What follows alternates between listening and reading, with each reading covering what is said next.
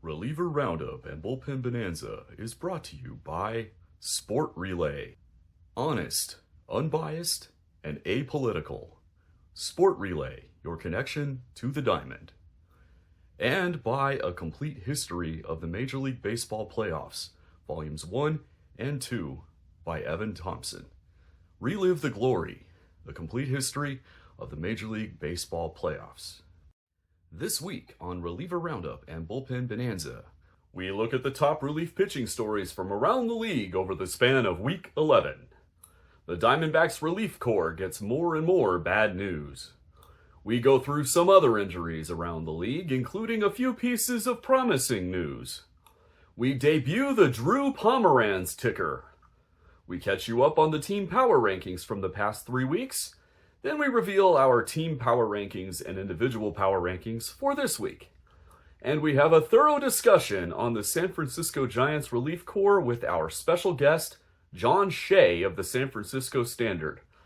Don't go away! Reliever Roundup and Bullpen Bonanza begins now.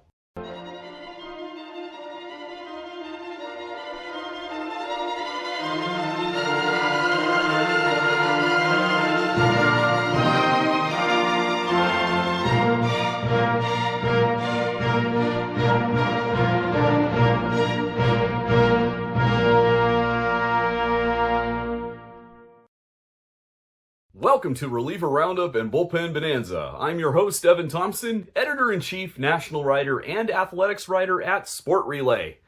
I also wrote these 2 books right here. Complete History of the Major League Baseball Playoffs, Volume 1 and Volume 2. I know Father's Day just passed. That was a good time for gift giving, but you can give gifts year-round, so buy my book. Give it to one of your buddies who's a baseball fan, or a family member, or a relative, or your dad. I'd be very grateful. That'd be wonderful. And also, a happy Father's Day to all the dads out there, and a happy Father's Day to the dads who are in heaven, including mine. We had some people this past week lose their very famous fathers from outside the baseball world. Me being a musician, I was especially touched by the lives of Sly Stone from Sly and the Family Stone, and big time by Brian Wilson, who was from one of my favorite bands of all time. And I will go out on a limb to say the best American band ever. And I mean, like, everybody in the band was American. The best American band ever, the Beach Boys frontman, Brian Wilson, who is now reunited with his 2 brothers. So I had a heavy heart this week due to those losses. Now, back to baseball. We have just completed the 11th week of the 2025 season. Our statistics include all games through the end of play on Wednesday, June 11th. Let's take a look at some of the biggest stories from the past week in the world of relief pitching. The Arizona Diamondbacks, who seem cursed in the relief pitching department at times, had fuel added to that theory this past week. They have suffered a tremendous blow upon learning that young closer Justin Martinez will need Tommy John surgery and will be out for at least a year. Keep in mind that in this past offseason, the Diamondbacks signed Martinez to a 9-figure, 7-year extension, if you factor in all the team options and the bonuses, because they have dubbed this 23-year-old fireballer as their closer of the future. And rightly so. Martinez is not the only wounded Diamondback reliever, however, and in the past week, the Diamondbacks got one piece of bad news after another about their MASH unit of a relief corps. Right-handed middleman Christian Montes de Oca went on the 15-day injured list on June 10th with right elbow inflammation and a lower back ailment. The back injury will need surgery, and he is likely going to be out for the rest of the season. Left-handed setup man A.J. Puck, who has been so good for the Diamondbacks since coming over in a deadline day deal with the Miami Marlins last year, had to be shut down from his throwing program due to more discomfort in his elbow. He has been on the injured list since April 19th, including the 60-day injured list since May 1st. Right-handed middleman Cristian Mena went on the 15-day injured list June 7th and was moved to the 60-day on June 10th after a June 9th MRI revealed a strained teres major. And right-handed middleman Kendall Graveman went on the 15-day injured list June 9th with a hip ailment. In other injury news, the Tampa Bay Rays have placed middleman Manuel Rodriguez on the 15-day injured list with a right forearm strain, according to the great Mark Topkin of the Tampa Bay Times. The Chicago White Sox lost middleman Miguel Castro to a knee injury in late May. On Wednesday, June 4th, they moved him from the 15-day IL to the 60-day IL. Now for some positives from the injury front. There is promising news for the New York Yankees as Luke Weaver, on the injured list with a sore hamstring, threw a bullpen session Wednesday and felt great, according to Eric Boland of Newsday. And there is promising news for the Texas Rangers as right-handed middleman Josh Sborz, who struck out Ketel Marte to end the 2023 World Series and give the Rangers their first ever title, seems to be progressing on schedule to return from the 60-day injured list sometime after the All-Star break. He had to have surgery on his shoulder in the offseason. Positive non-injury news for the Los Angeles Angels as they have snapped their dubious streak of being ranked 30th out of 30 in our power rankings. This streak ended at 5 weeks. And finally, we will take a look now at our brand new Drew Pomeranz ticker. As of Wednesday, June 11th, Drew Pomeranz still has not been scored upon in a Major League game since July 27th, 2021 against the then Oakland Athletics. His scoreless streak is up to 23 appearances. We will go through the team power rankings when we come back. Stay tuned.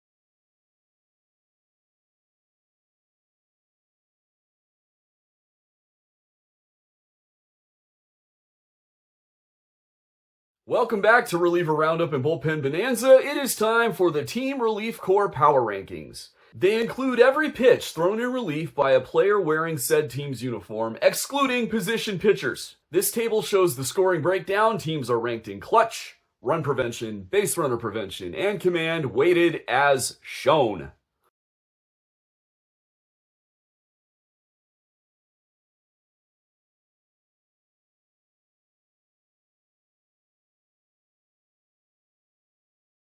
The final score determines the ranking. 0 means right at league average.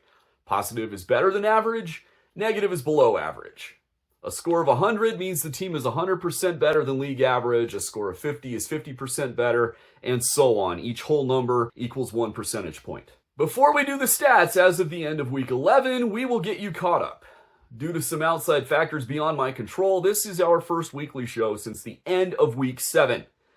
So, we will give you charts of the team stats for intervening weeks. Statistics for week 8 run through the end of play on Wednesday, May 21st. Week 9 runs through the end of play on Wednesday, May 28th. And week 10 runs through the end of play on Wednesday, June 4th.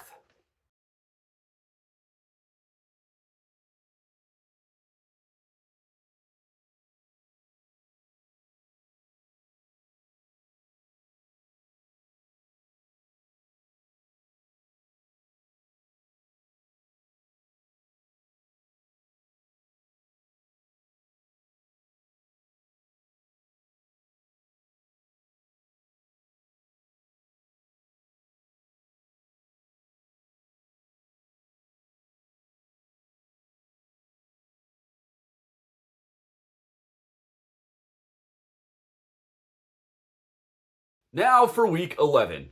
Statistics for Week 11 run through the end of play on Wednesday, June 11th. We will start with the number 30 team and work our way to number 1. As you heard earlier, number 30 will not be the Los Angeles Angels for the first time in over a month. American League teams will appear in red. National League teams will appear in blue. The first number in parentheses after the team name is their rank within their specific league. The number after the comma indicates the change in their major league rank since Week 10. Here we go. Our first group is Pray for a Blowout Win. This includes 4 teams. At number 30, after dropping 1 spot with a score of negative 13.3, is the Chicago White Sox. Number 29, after gaining a spot with negative 11.3, is the Los Angeles Angels. Coming in 28th after dropping a spot with negative 11.0 is the Atlanta Braves. And rounding out the foursome at 27th after gaining a spot with negative 10.6 is the Washington Nationals. The next group, stock up on Tums, has 3 teams. Number 26 is the Milwaukee Brewers, scoring negative 6.5 and falling 2 spots. At number 25, with negative 4.6 and after falling 5 spots, is the Colorado Rockies. And at number 24, with negative 3.0 and after falling 6 spots, is the St. Louis Cardinals. In the lots of work to do group, we have 3 teams. Number 23, after climbing 3 spots, with negative 2.5 is the Baltimore Orioles. With negative 1.5 is our number 22 team, one that climbed 3 spots, the Arizona Diamondbacks. And our number 21 team, seeing no change in ranking from Week 10, with negative 0.2, is the Texas Rangers. Slightly below average has 5 teams. Number 20, after climbing 2 spots, is the Tampa Bay Rays with a score of 3.394, rounded to 3.4. You'll see why I went out that far in a minute. 19th, with no change in ranking from Week 10, with a score of 3.397, also rounded to 3.4, is the Athletics. Crazy that 0.003 of a point separated those 2 teams. In 18th, after climbing 5 spots, with 5.5, is the Pittsburgh Pirates. At number 17, after dropping a spot, with 7.0, the Detroit Tigers. And coming in 16th, after dropping a spot, with 7.9, is the Los Angeles Dodgers. Slightly above average, also has 5 teams. Number 15, after falling 1 spot, with 8.2, the New York Yankees. At number 14, after falling 1 spot, with 9.4, is the Philadelphia Phillies. Coming in 13th, after climbing 4 spots, with 11.6, the Cincinnati Reds. In 12th, after dropping 2 spots, with 13.4, the Minnesota Twins. And number 11, after climbing a spot with 13.7, is the Toronto Blue Jays. The Very Good has 3 teams in this go-around.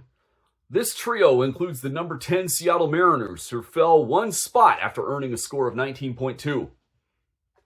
Number 9, after climbing 2 spots with a score of 19.5, is the Chicago Cubs. And at number 8, after falling a spot with a score of 22.7, the Houston Astros. Our next group, better take an early lead, also has 3 teams.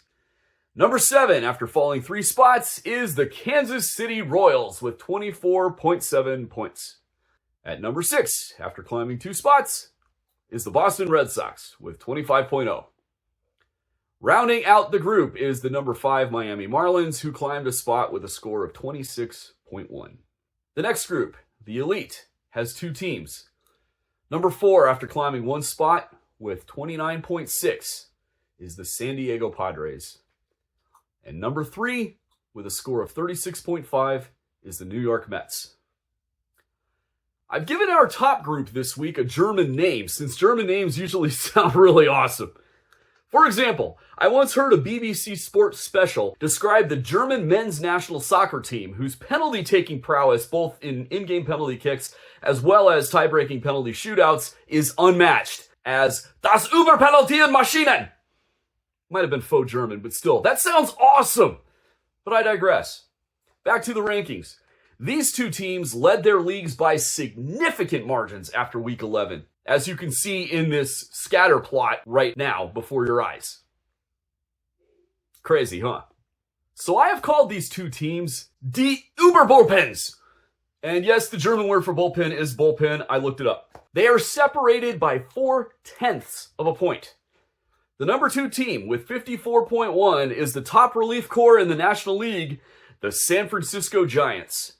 And number 1 for the second straight week with 54.5 is the top relief corps in the American League, the Cleveland Guardians.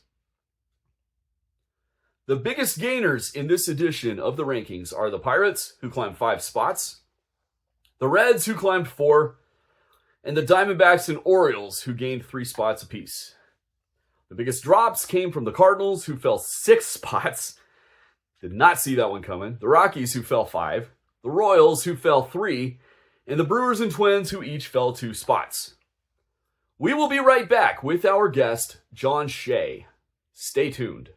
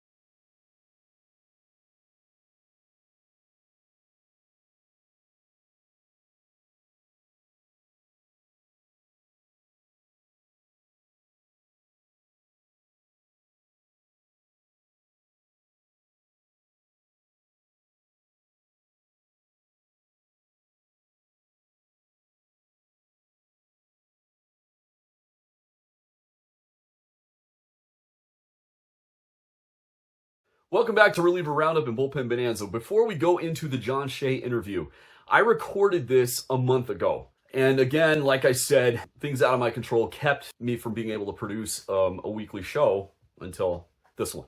What John and I talked about is still relevant, however. The Giants are still good. In fact, they're even better now than they were when I talked to him. The rankings were as of week 8. But since it's still relevant and since John is a fountain of knowledge, especially about all things San Francisco baseball and Oakland baseball, had to keep this. And John was generous enough. We talked for a good 45 minutes, which conversations between John and me usually aren't very short anyway. But he gave 45 minutes of his time so generously. I kept, I had to edit some stuff out, obviously, since we had some goof-ups. But at any rate, John Shea, a great baseball mind and a good friend.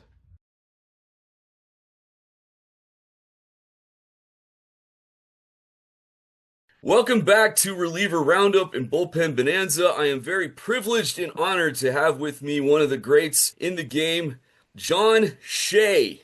He covered the Padres in the mid-'80s, moved back up to the Bay Area, and from '88 to the present, he has covered the Giants, the A's, sometimes both, sometimes one at a time. If you have a question about Bay Area baseball, this is your guy. If you watched HBO's Willie Mays special, you already saw him. John, welcome to the show. Hey, great to be here. We're talking bullpens. I love it. It's the undervalued aspect of the game for decades, but now it's finally getting some love, right? Somebody had to do it, right? And you're just the man. I try. Being a former teacher, I like to recognize everyone who contributes to stuff, and I think the pen is very under-recognized. A lot of times, relievers are like punters or kickers or goalies. A lot of times, the press only wants to talk to them when something goes wrong. And third base coaches. Do you know? And third base coaches. There's a couple of relievers I've seen recently with the T-shirts that say "failed starters." I saw Andrew Chafin wear that a couple years ago, and now I'm seeing more and more do that. I think that's pretty funny. I mean, it was a serious thing 20, 30 years ago when that was actually the case. Now people get drafted as relievers and make a lot of money as relievers and they'll want to become starters. So it's kind of a funny way of telling the world that I'm not really upset about being a reliever. I like that because wasn't Gossage a quote failed starter and Eckersley a quote failed starter and uh, Eckersley won 100 games yes he did. as a starter. So I think it was just time to reinvent his career, like John Smoltz coming off an injury. But in Eckersley's case, there was a need, and Dave Duncan and Tony La Russa created the modern day closer's role, a one inning, save situation only closer's role, which is far different than Gossage and Suter and Hoyt Wilhelm and all these other relievers who are in the Hall of Fame. And Roland Fingers, better known as Raleigh, another guy. Yeah. So you've had a chance in your career to see some of the best relievers ever to pitch come through the areas you've covered. We already talked about Eckersley, and you. I don't know if you covered Raleigh, but you at least you know him, I'm sure. And this year's Giants pen, I'm not saying they're future Hall of Famers, but man, they have been terrific. Why don't you tell us about your overall impression of them so far? Well, Buster Posey, first of all, it kind of starts with him as maybe a Hall of Famer, likely a Hall of Famer, slam dunk Hall of Famer, whatever you want to call him. He's come in and kind of changed the culture and atmosphere, and there's a lot of people who feel maybe a lot more comfortable now failing, as opposed to if I don't get these outs, I'm in AAA tomorrow. And he's pretty much used the whole rotation the entire year until just recently. Finally, I think now the Angels are the only team with a 5-man rotation only. And the bullpen's pretty much been the same. So even if, say, Ryan Walker has a couple of bad games, and he did have a few of them, and his ERA ballooned to 5, they never gave up on him as the closer. Whereas maybe in the past few years under Farhan Zaidi, they would have made a quick switch. I mean, Tyler Fitzgerald said that if this were last year, he would have been in AAA because he was struggling throughout April and didn't get going until, maybe a 6 or 7 day stretch. He went from like 179 to 320. And he said he would have never gotten that opportunity. So I think they like continuity. They like stability. And the bullpen has been a savior on this club because they don't score a lot of runs, especially in their ballpark. They can win 3-2. They can win 2-1. And without pitching and defense, which is basically what got the Giants under Buster Posey championships in 10, 12, and 14, they would not be very good at all because the offense just doesn't score enough runs. Sometimes they break out. Wilmer Flores had 3 home runs not too long ago in one game. And this is a guy we all thought might have been. We thought he might have just bought out his contract and moved along, but here he is. So and that's true in the bullpen where people have had the same roles regardless of a bad outing. But for the most part, all these ERAs are in the 1s or low 2s, and they have the best ERA. They've had the best ERA in the majors for quite some time now. So they kind of pick up the slack for maybe the lack of offense, or if a starter goes 4 or 5 innings, they finish up, and they don't finish up over 2 or 3 innings. Sometimes they'll finish up over 4 or 5 innings. For the viewers, I got the opportunity to cover the Giants A series in San Francisco this past weekend. John and I saw. I almost pulled the spoonerism and called you Sean J. John and I saw one another a few times, and the A's got to Justin Verlander, and he came out of the game. And then from that point on, they may as well have left their bats in the dugout because they didn't really hit anything on the guys that came in. It was extraordinary. And Justin Verlander, who's now on the injured list with a pec muscle issue, spoke about that the day he was shelved. And yeah, he said, I mean, even if he gave up 5 walks and didn't last very long, and his velo was low, and he wasn't the Verlander we saw in April and early May. Despite all that, they win the game because they get just enough offense and plenty of bullpen help. That's incredible. And they even had the ability to win a game 1-0 in 10 innings because of that vaunted pen. Yeah, Wilmer Flores again. That was an at bat that I might never forget. And that was Mason Miller throwing 103.9, 102.7. It was a 9-pitch plate appearance. And Wilmer Flores came up with the bases loaded only because Mark Kotze intentionally walked Mike Yastrzemski, because Mason Miller's splits suggests that he's much better against right-handers. Well, Wilmer Flores, this is a day after he hits 3 home runs. Do you really want to face that guy? He's on a roll. So he comes up against Mason Miller. He said later he was just happy to hit a foul ball or two. And I think the count got to 2-2, and he threw this slider, Mason Miller did. And it was just barely below the zone. And Wilmer took it. And I said, my gosh, and after that, I said, he's really on this guy. It was a 9-pitch walk, and the game ended 1-0. Yeah, it was. I'm with you. I probably will never forget that at bat either, even if I live to be 1,000. So that, because I've seen Miller blow 103 by a guy and then throw 91 with a slider and completely turn him into a corkscrew. And it didn't happen to Flores. And that's a big thing with Flores' walk, too, is how good Mason Miller really is. The fact that he was able to do that against him shows how much plate discipline Wilmer had. Yeah, and you never want to face Mason Miller. And Wilmer, it was just, he's been in the league for so many years, Mets for a lot of years, and now here for quite a few years. And he's in awe of this pitcher throwing 104 at him. It's just a different world. When, we grew up, it was, if a guy hits 90, that's pretty darn good, 95. And we didn't really know exactly how hard Goose Gossage threw, Bob Feller long before him. Mm-hmm. But, now we have the metrics to show how much these guys are, delivering their fastball. And Jordan Hicks is a Giants reliever who was right up there with Mason Miller, throwing a couple of ticks or 3 or 4 ticks over 100 in St. Louis not too long ago. Signed here a 4-year deal to become a starter. He looked really good last year early on. He kind of wore out in July. They took him out of the rotation, and he finished in the bullpen. Well, this year, after 1 year of experience as a starter, something he's always wanted to do but never got the chance, he signed the 4-year, $44 million deal to get that done here. Buster Posey took over for Farhan Zaidi, gave him the opportunity to sustain that job once more, but this time he got off to a rotten start, had a 6.5 ERA. They let him keep working out of it, but he never had the velo, obviously, because you can't throw that over 5 or 6 or 7 innings. Mason Miller, they moved from the rotation to the bullpen because they knew or hoped he would be a lights-out closer, giving it all you have for 1 inning. Just not possible over 5 or 6 innings, especially with the pitch clock.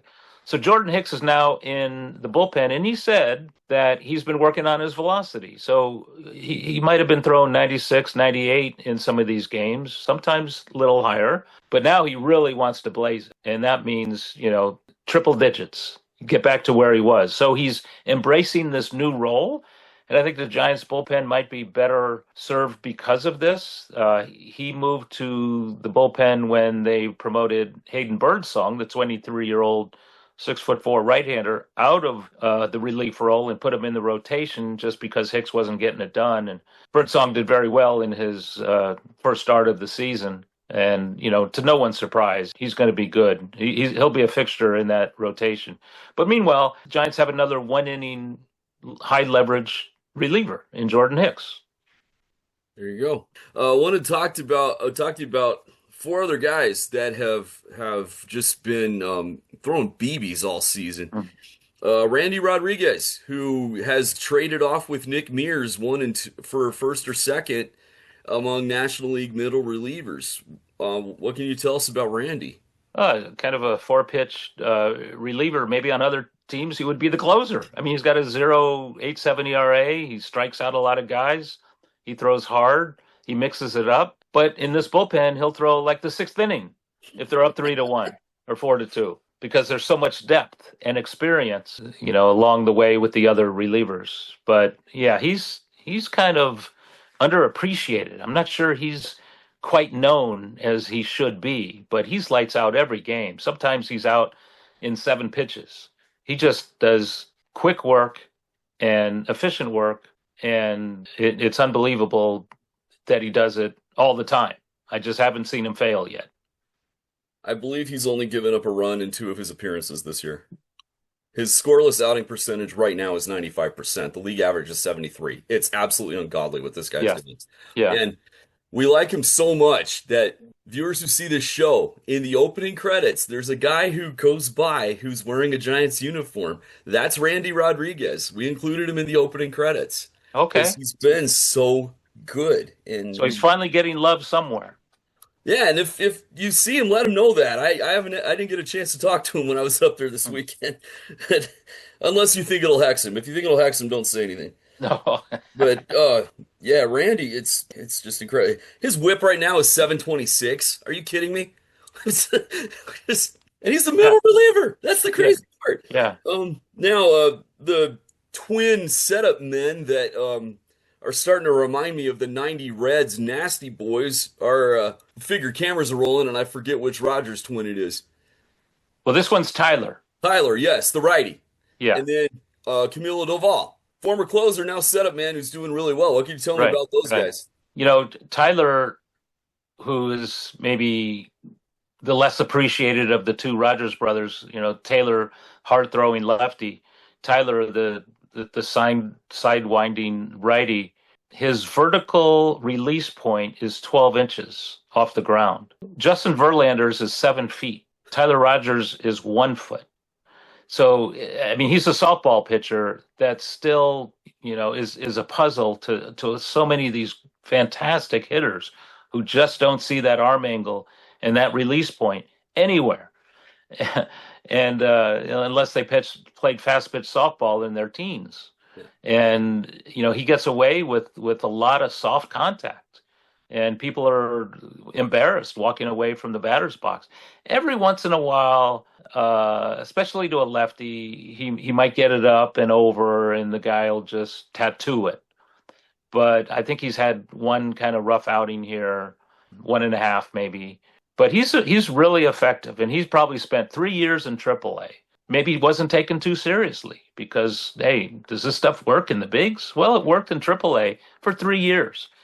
And finally, Farhan and Gabe Kepler called him up and put him in some pressure situations, and he flourished. And he's closing in on free agency. That's how long he's been around. So, yeah, he's pretty much the 8th inning guy, maybe 7th inning guy now that Camilo is around as well. But, yeah, they're kind of interchangeable. And then for Camilo Doval, he was an all-star closer a couple of years ago. And then last year he scuffled, and Ryan Walker took his spot and ran with it, and he's the closer today. But I think Camilo really matured. I don't know if that's the right word. Grew from last year to this. I think he was hurt and affected and bummed that he lost the closer's role. But he came into spring training, and I had a long talk with him, and he just said, hey, whatever role, I'm going to treat any role they give me the same way. And he's his casual self, and we nickname him Tranquilo, Camilo. Tranquilo. Yeah, I love that. And now he wants to be known as El Electrico. Also fitting. Also fitting. Yeah. And, he throws gas. And, if his slider's on, he can get some serious outage and set it up for Walker. But I guess to the Giants' credit, they never pulled Walker out of his role and elevated Camilo to his old role as the closer, because Camilo, hey, if you move him out of that role, that means you're less, you have one less option as a setup situation. And, with Ryan Walker, you might soft land him somewhere, but they've been real consistent with the role. So with Camilo, he's been doing great. He's got, an ERA of like 1.21 or something like that. Rogers is 2.01. I mean, all these guys are ridiculous. So it's kind of fun to watch the four relievers you're speaking about. Eric Miller, who spent like the first 5 weeks as the only left-hander, has like a 1.65, and now Kyle Harrison has joined the group, and he may be the guy to replace Verlander in the rotation as we speak today.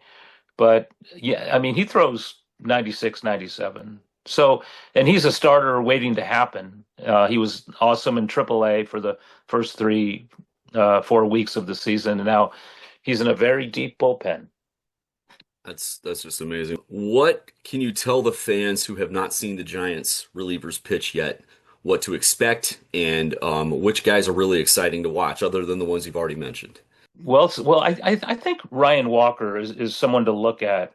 I mean, his ERA is 5-ish, but he's so hard to hit for right-handers. It's almost like he's throwing from the third base dugout. But he's not a sidewinder like Rogers.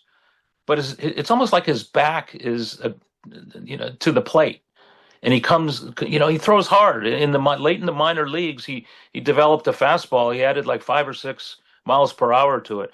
So I would say he's a guy to watch, especially now that he's coming off like 4 perfect outings after like 8 or 10 outings that were not good at all. So he throws hard. He comes at you in a different angle. That's I think what maybe fans can appreciate about this bullpen. Everyone's got a different angle. Everyone's got a different repertoire. Everyone's got different velocities and pitch selections. So it's not like the nasty boys, like you mentioned. Heat. They Yeah, mix it up.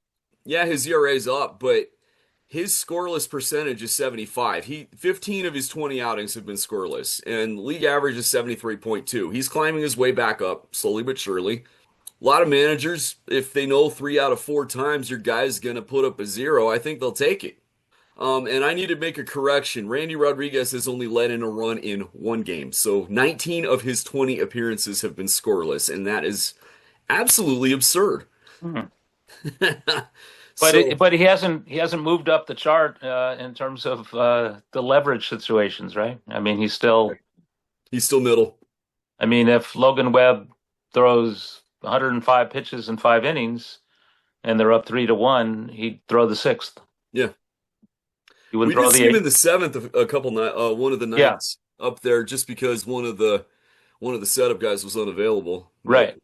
anything else to tell the fans about like some of the exciting guys to watch, what to expect, any of that when they're watching the Giants play their team and possibly break their team's heart? Kyle Harrison has an amazing upside no matter where you put him. Hmm.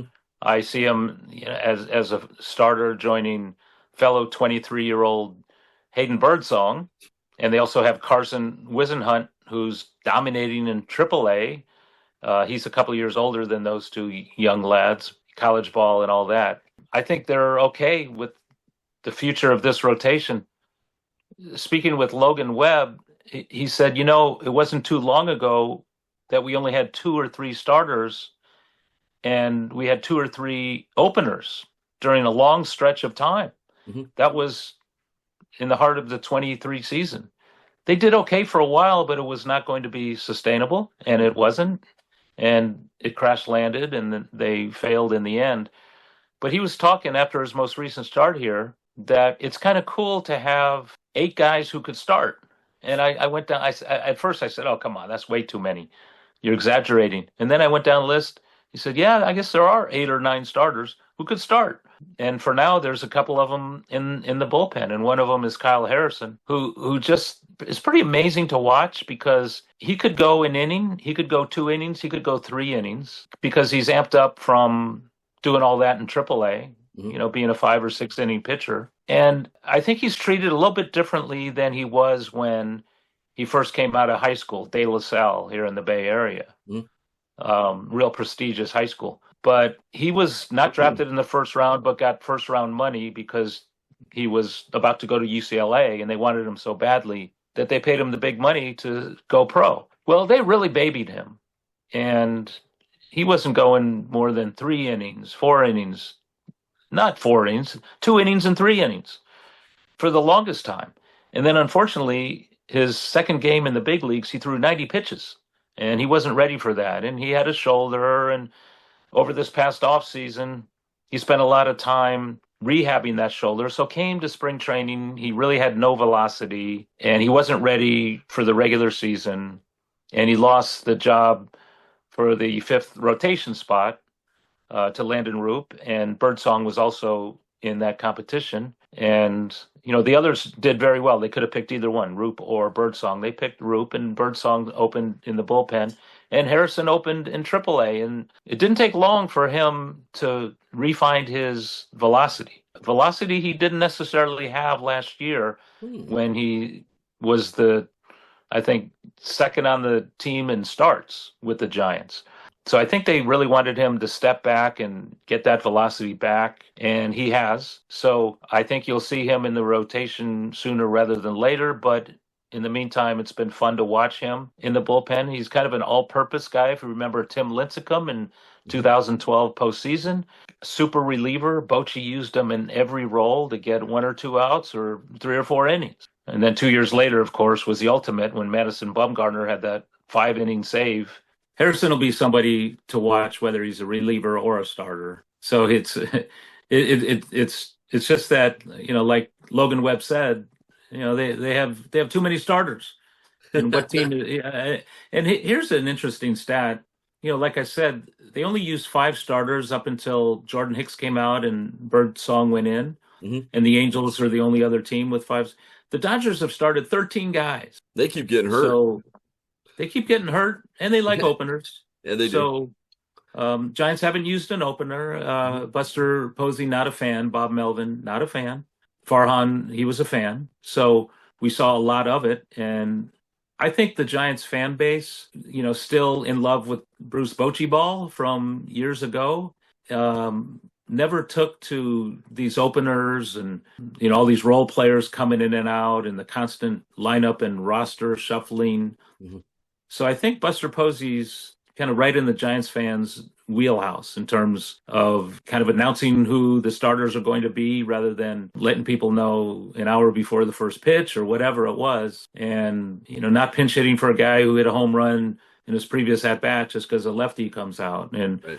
So it's not mass platooning, it's not mass shuffling, and that's kind of how it was under Bochy, and Posey played for Bochy, so I think he appreciates that way of playing ball, and that's what fans, I think, are appreciating once again. Now, one last question here. Posey, former catcher, likely Hall of Famer. Bob Melvin was a catcher, made the All-Star team, I think, once or twice. The fact that they're both catchers, do you think that helps Posey assemble the team and helps Melvin know how to manage the pen? Yeah, I mean, Bruce Bochy was here as a, so many around, Sosha, and you can keep Torrey. You go on and on. There's so many catchers who emerged as very good baseball managers. And then Stephen Vogt now, right? Stephen Vogt, who could have done anything. He could have been a broadcaster, a GM. He wanted to manage, so he's managing, and he's very good at it, as we know from last season. Yeah. But you know what? You ask about those two, and the dynamic, I think they're trying to still learn each other, because Posey and Melvin weren't super tight or familiar with each other before that marriage kind of began to exist with the hiring of Buster Posey, because Melvin was always over in Oakland when Posey was playing in San Francisco. So they're just kind of feeling each other out right now. And in fact, Bob Melvin has a contract that actually expires this season. So there hasn't been any talk about renegotiating or picking up an extra year. So the dynamic is still playing out, and we'll see how long this marriage lasts. But for now, it's working. They've been 8, they've been 9, they've been 10 games over 500, and they're exceeding expectations because they were not supposed to hang with the Padres or the Dodgers, and they're doing just that. Not because of an amazing offense led by Willie Adames. They're a $182 million man who hasn't been hitting all that much. His fielding hasn't been great.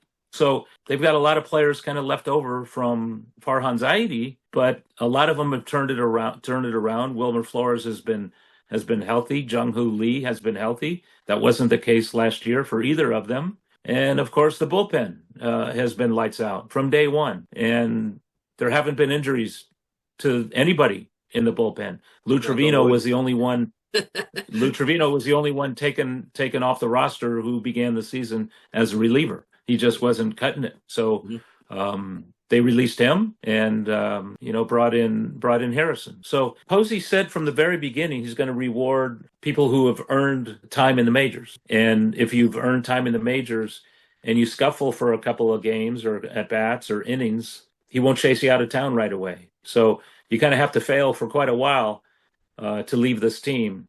And I think that level of comfort and trust is really hitting home with the culture of this team, because people aren't worried about 0 for 4s like maybe they once were. So that's kind of refreshing and probably healthy, and it might just help win ball games. Yeah, it's I don't care what the field is, whether it be professional baseball, teaching, playing an instrument, learning a language. If you are afraid of making a mistake, you'll make more. And so what I love from hearing about this is that they've made it clear that you don't have to worry about making a mistake. It's when it's, a constant thing that it's a problem. That's great to hear. That is really great to hear. So, John, you have been terrific. Fountain of knowledge.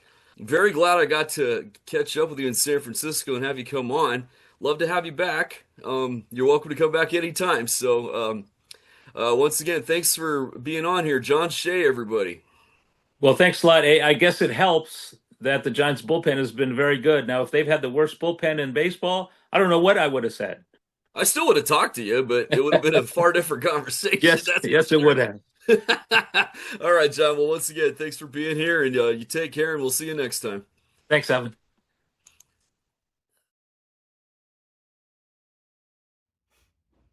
Welcome back to Reliever Roundup and Bullpen Bonanza. It is time for the individual power rankings. Statistics include every regular season game through the end of play on Wednesday, June 11th. To qualify for the rankings, there is a minimum of 16 relief appearances, and to qualify for the Goose Eggs per Broken Eggs Plus stat, which is what helps us judge the closers and the setup men, you needed to have a grand total of 8 combined Goose Eggs and Broken Eggs. A link to our ranking methods is in the description box below this video. First is the American League middle relievers.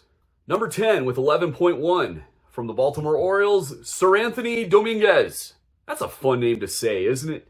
Number 9 comes from the Boston Red Sox with 12.9, Justin Wilson. Coming in 8th with 17.3 from the Minnesota Twins, Lewis Varland. At number 7 with 17.4 from the Detroit Tigers, Brant Herter. In 6th with 18.8 from the Minnesota Twins, Brock Stewart. Number 5 with 19.1 from the Toronto Blue Jays, Mason Fluharty. Number 4 with 24.5 comes from the Houston Astros, Bennett Souza. At number 3 from the Kansas City Royals, scoring 25.7, Steven Cruz. Number 2 with 35.8 is also from the Houston Astros, Steven Okert. And number 1 with 55.8 points, someone who's become a mainstay in this position, also from the Minnesota Twins, Danny Coulombe. Now the National League middle relievers. Number 10 with 14.1 from the Cincinnati Reds, Ian Jabot. Number 9 from the Washington Nationals with 17.6, Cole Henry. Number 8 with 17.9 is from the Atlanta Braves, Enyel De Los Santos. At number 7 with 20.5 from the New York Mets, Huáscar Brazoban. In 6th with 22.1 from the Los Angeles Dodgers, Jack Dreyer. Number 5 comes from the Chicago Cubs with a score of 22.7, Caleb Thielbar. Number 4 with a score of 25.9 from the Los Angeles Dodgers, Ben Kasperius. At number 3, with a score of 29.7 from the San Diego Padres, Adrian Morejon. At number 2, with a score of 58.7 from the San Francisco Giants, Randy Rodriguez. And number 1, with 60.0 points from the Chicago Cubs, Mr. Automatic, Drew Pomeranz. Turning now to the American League setup men. At number 10 with 61.4 points, from the Texas Rangers, Chris Martin. Coming in ninth, from the Toronto Blue Jays, with 63.3 points, Brendan Little. In eighth, with 63.4 points, from the Minnesota Twins, Griffin Jax. Number 7, with 66.3 points, from the Texas Rangers, Hobie Milner. In sixth, with 100.3 points, massive gap in scores between 7 and 6, as you can see. From the Cleveland Guardians, Hunter Gaddis. Number 5, with 108.2 points, from the Boston Red Sox, Greg Weissert. Number 4, with 109.1, from the Houston Astros, Brian Abreu. Number 3, with 117.5, from the Boston Red Sox, Justin Slayton. Number 2, after another big jump in score, with 155.0, from the Cleveland Guardians, Cade Smith. And number 1, once again, with 180.9 points, from the Kansas City Royals, Lucas Erceg. Next, the NL setup men. Number 10 comes from the Los Angeles Dodgers, with 63.3, Alex Vesia. At number 9, from the Arizona Diamondbacks, with 75.0, Shelby Miller. Coming in 8th, with 76.9, from the Chicago Cubs, Ryan Presley. With 82.7 is our number 7 NL setup man, from the Philadelphia Phillies, Orion Kerkering. In 6th, with 99.8, from the San Francisco Giants, the man who throws from near the ground, Tyler Rogers. At number 5, with 100.1, from the San Diego Padres, Jason Adam. Number 4, with 106.0, from the New York Mets, Reed Garrett. Number 3, with 114.5, from the Chicago Cubs, Brad Keller. At number 2, with 117.8, from the St. Louis Cardinals, Phil Maton. And number 1, with 270.6 points. No, that's not a typo. 270.6 points. From the Pittsburgh Pirates, Dennis Santana. To the American League closers. Number 5, from the Cleveland Guardians, and with 119.9 points, a guy who was a fixture on this list last year, Emmanuel Clase. At number 4, with 130.2 points, from the Minnesota Twins, Joan Duran. Number 3, from the Detroit Tigers, with 243.1. Wow, what a jump in score. Will Vest. Number 2 comes from the Houston Astros, with 270.1. A guy who still has yet to allow a broken egg, Josh Hader. And number 1, with 272.6. A place he has held since our first episode of the season, although the margin this week is much more narrow. From the Seattle Mariners, Andres Munoz.